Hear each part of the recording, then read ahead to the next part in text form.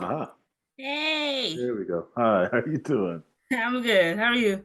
Pretty good, pretty good. Thanks. Okay, so welcome to Insight Plug. Our guest today he has an amazing work.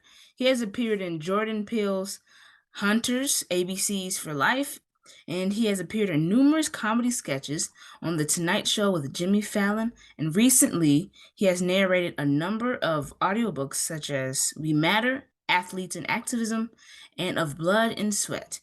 And we will be talking about that. We will be talking about those audiobooks today. And he has appeared in hi, how are you doing? I'm good. I'm good. Thanks. How are you doing? So okay, let's restart. I'm sorry. No, no, you good. You good. All right.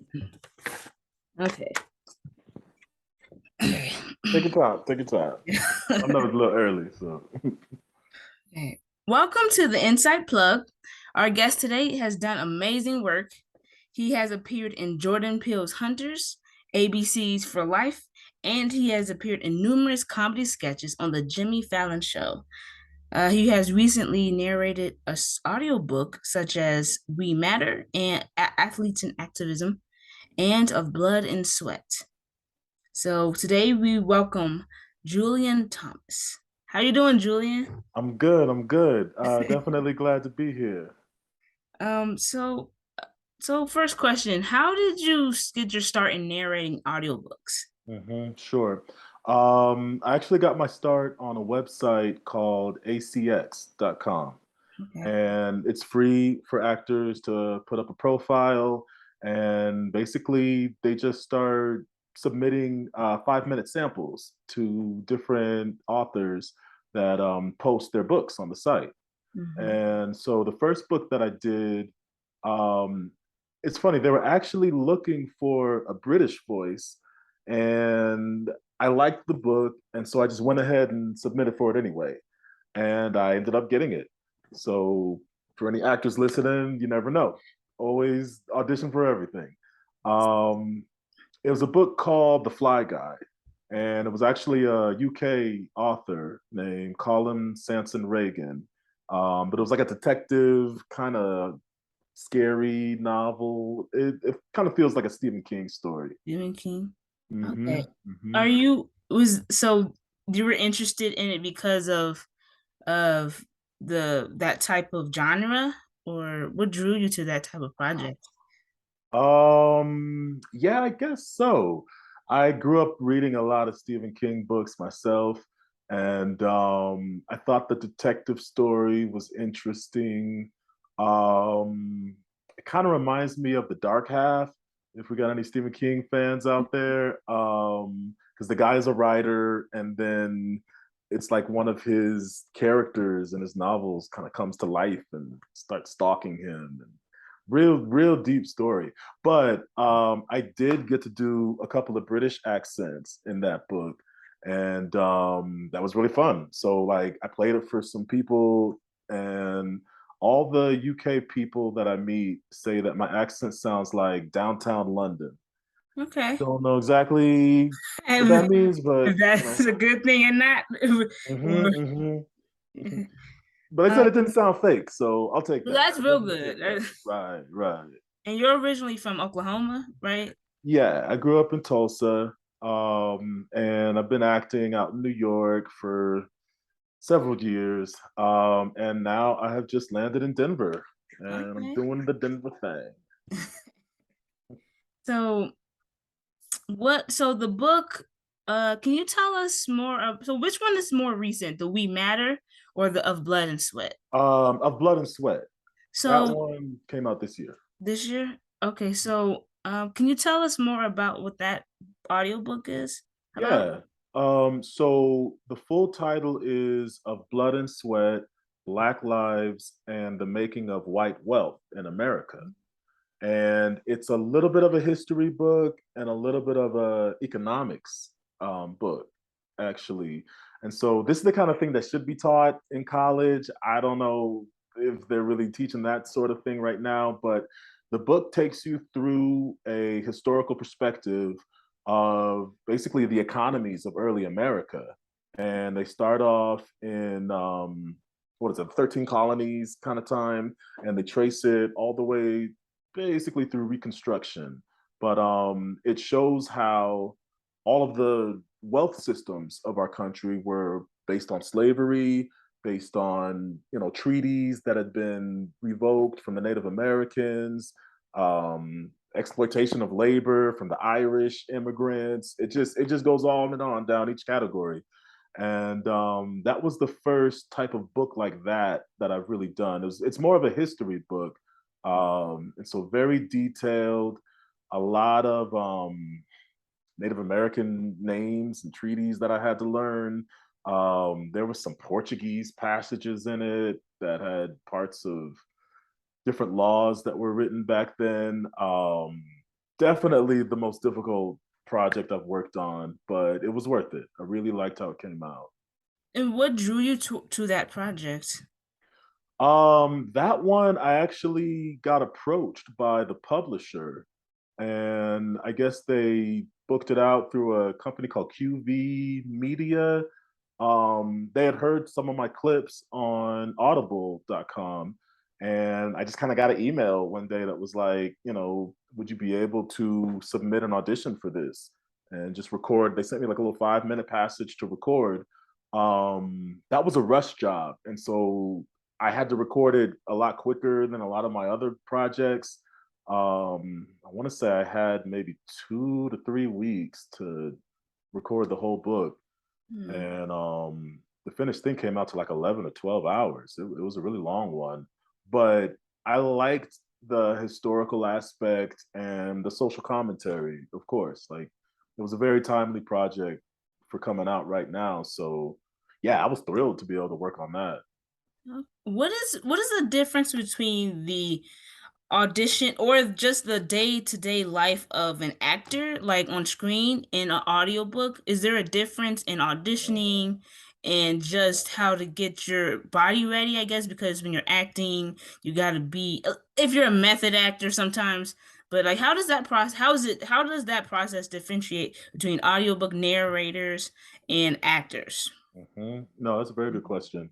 Um, for actors, you can kind of come from whatever your type is. So, like, most actors need to kind of stay in shape and hit the gym. But if that's not your type, then you don't have to be in that kind of Right. physical shape. A lot of the comedians, they make a living off of kind of the physical comedy, being the chubby guy and stuff.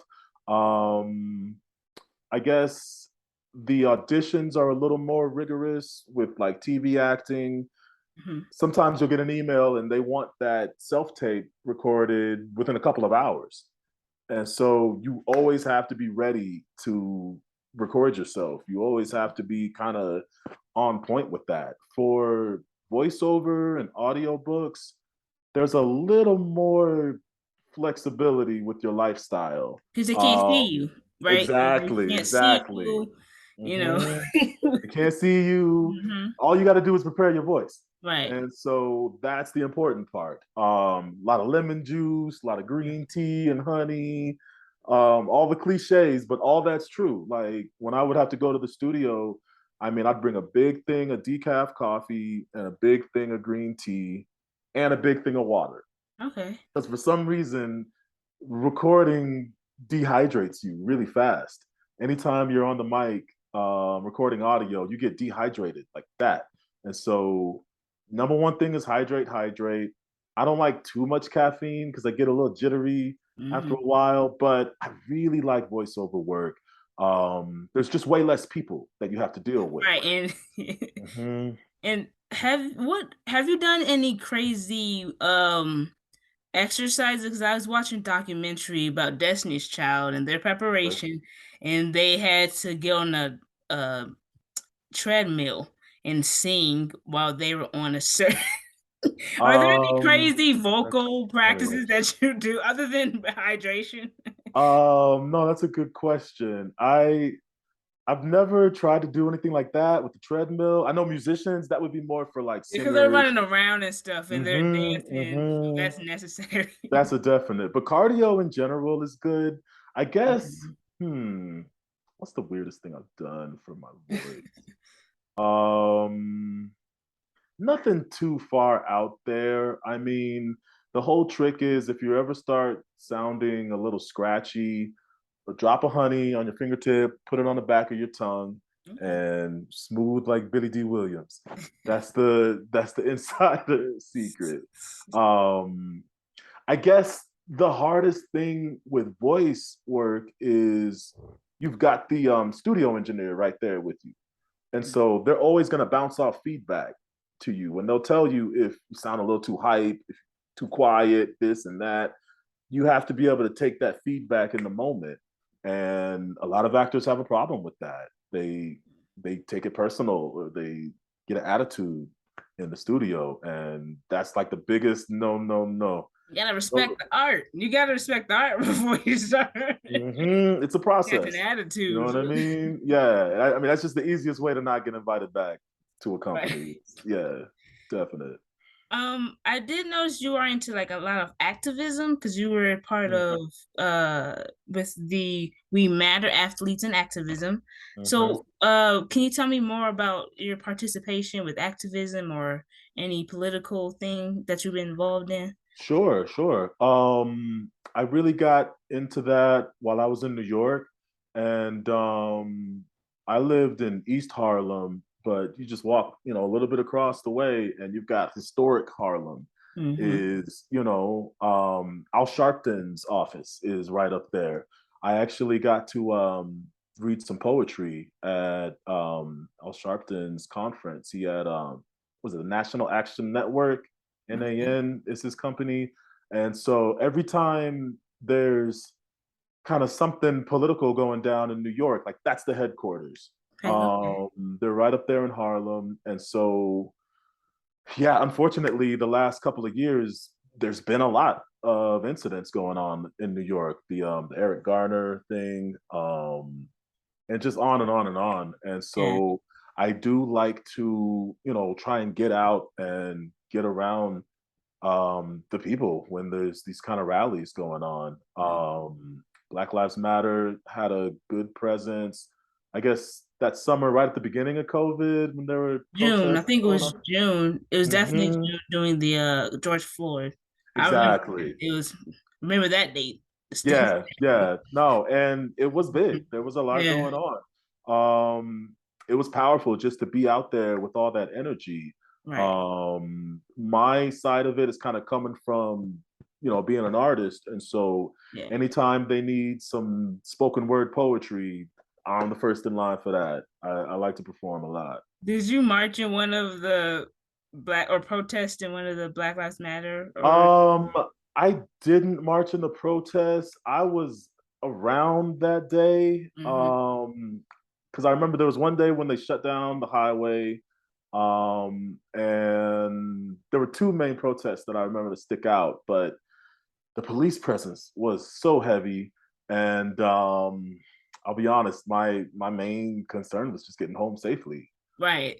And that's an unfortunate reality to Mhm. these events. But yeah, it goes from 0 to 100 very quick. Everybody can't be outside, you know. Exactly, But I exactly. was going to do it, but on the news they were saying there Mm, are a few people running protesters over in where I mm. was living, and I was thinking, I can help on the internet hashtag, you Yeah, know. yeah, yeah. No, It's that's just real. so things like everybody can't be outside, Hmm. but Hmm. yeah.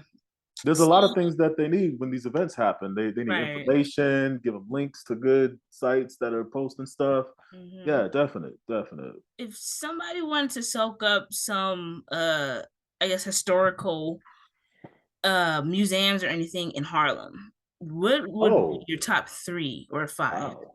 Yeah. The Schomburg Museum Okay. is number one. Um, Let me think. In Harlem, they have a tour actually that walks you through the historic jazz neighborhoods in Okay. Harlem. And I definitely recommend that.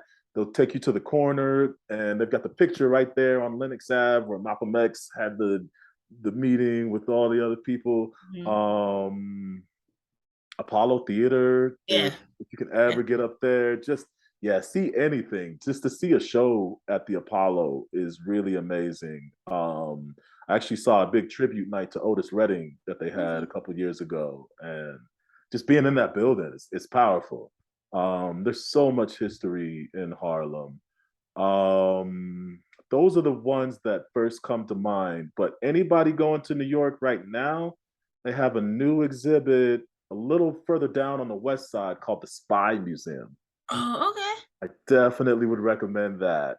They walk you through a lot of the history of the FBI. They take you through, that whole time in the 60s with COINTELPRO and a lot of the things that were going on. But the library in there are some books that I don't even know how they get away with having these books out like that. But if anybody's really interested in kind of what goes on behind the scenes, the Spy Museum is the one. Yeah. Okay. So, which one of the audiobooks do you want to talk about the most? So we can have uh Sure. I guess of Blood and Sweat is blood the and one sweat. that sticks out to me right now. Okay. Um the history that it walks you through is really important. And I hate that this whole CRT term has become what it is now because it's history. Right. Like what they're calling critical race theory is just history. CRT is an actual thing, but that's like taught in law school. No, nobody's being taught CRT unless you're taking law classes. Right. That's a very specific thing. And so what everybody's really afraid of right now is just the history of this country. It's not rewriting history, it's showing the other side of these things that have never been taught down the road. Yeah. I grew up in Oklahoma, and so I did get to have one class on Oklahoma history. Oh yeah, the And oh Tulsa my goodness, bombing. I can. exactly. Okay. Yeah. Greenwood is really making a strong comeback right now. The Tulsa bombing, the whole race massacre of 1921, it really blew me away that I had college professors that had never even heard of that event. And Yeah. I went to Northwestern. Like I went to a real, academic school. Hmm. But they were like, I just had never come across that in any research of history, period. And so thank goodness they've been able to rebuild a lot of that area in Tulsa now. Um, it's a big deal. And yeah, it ties in exactly with a lot of the stories that come up in Of Blood and Sweat.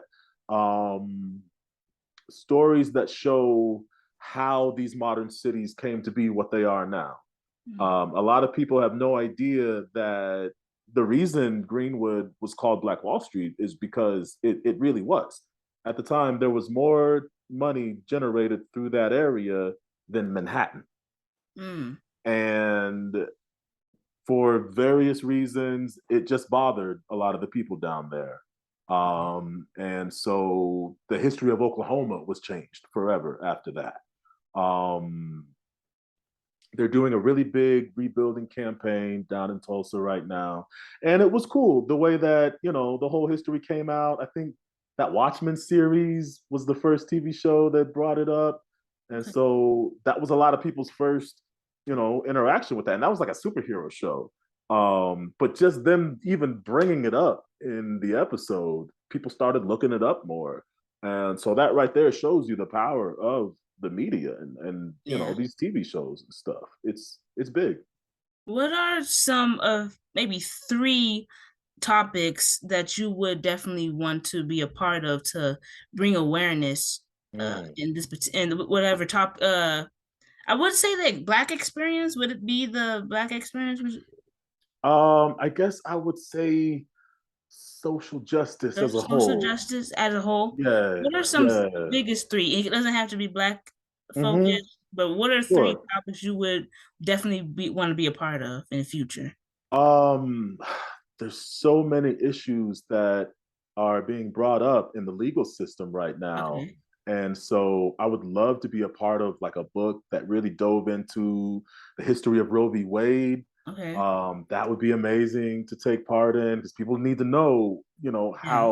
how that came about and Right. why it was attacked so hard right now. Right. Um, Gosh, I would love to be a part of something that really dove into like, I mean, yeah, sure, the whole police brutality issue, Hmm. and more so just where the whole system is right now. I feel like it got a bad rap with that whole defund the police thing because all they were really talking about was taking away the tanks and Okay. the military gear that these police are given. That's extra taxpayer dollars that don't need to be there. Like cops, and there are no police in any cities in America that need tanks. That's just the bottom line. And Yeah. these are the kind of issues that are coming up now. But I guess yeah, the other thing that comes up, somebody's going to be writing a book real soon about the whole student loan issue, and how it became this whole billion-dollar industry in itself.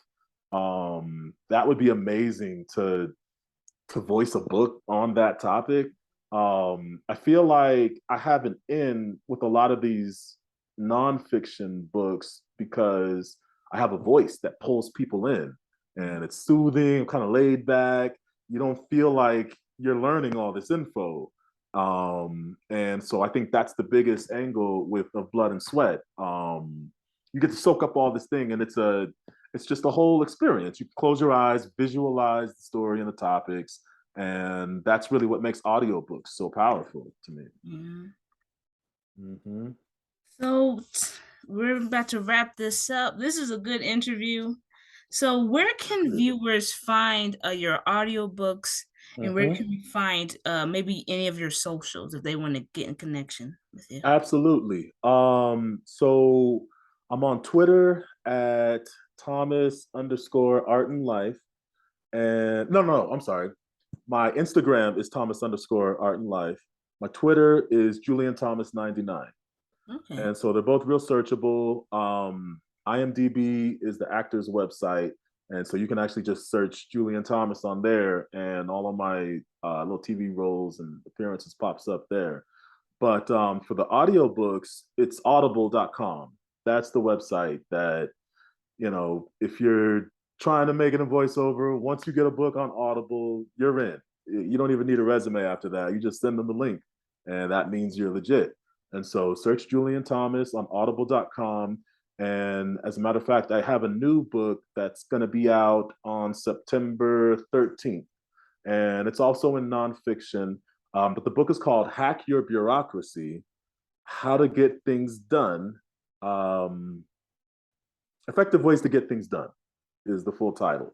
But Hack Your Bureaucracy is really a book for entrepreneurs and anybody that's going to be running their own office, big or small.